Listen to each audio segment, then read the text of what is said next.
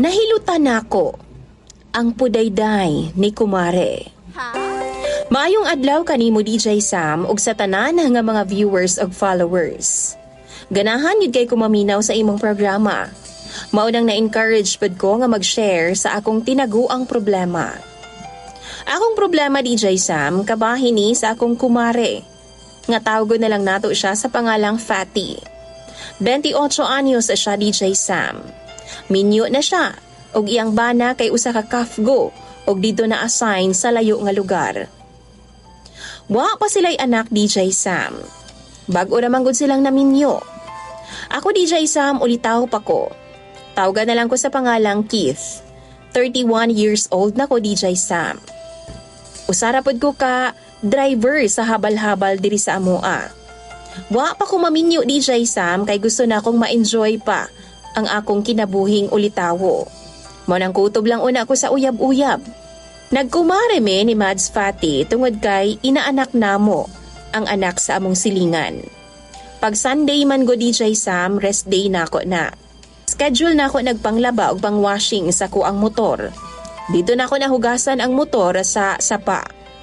Mga alas 2 to sa hapon DJ Sam, gidaan ako ang motor sa sapa. Kay hugasan lagi nako. Daghang tao dito DJ Sam.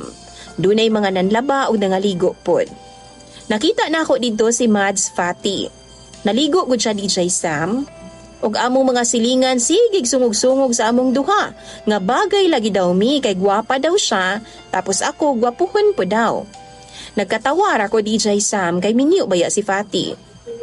Dihang naga-washing na ko sa akong motor DJ Sam. Ambot ba? Nga akong mga mata nila husman kang Mads Fatty. Nakita na ako siya nga naghugas-hugas pod sa iyang bilahan at tubangan sa akua. Pero naa siya'y shorts DJ Sam. Yaharang kamot ang sigiga dukot-dukot sa iyang bilahan.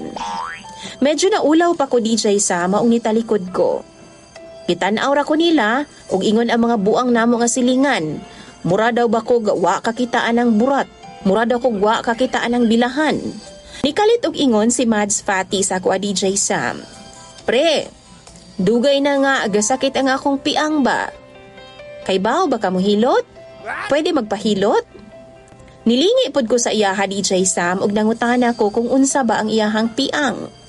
Kay abi manggod nako ka seryoso ang iyang pangutana. Apan gitudlo man noon niya ang iyang syulalat DJ Sam. Tuwa dito ang iyahang piang daw. Maong grabe ang taong katawa sa among mga silingan. Nakapamalikas gud ko DJ Sam. Ginasungog na noon ko nila dito DJ Sam.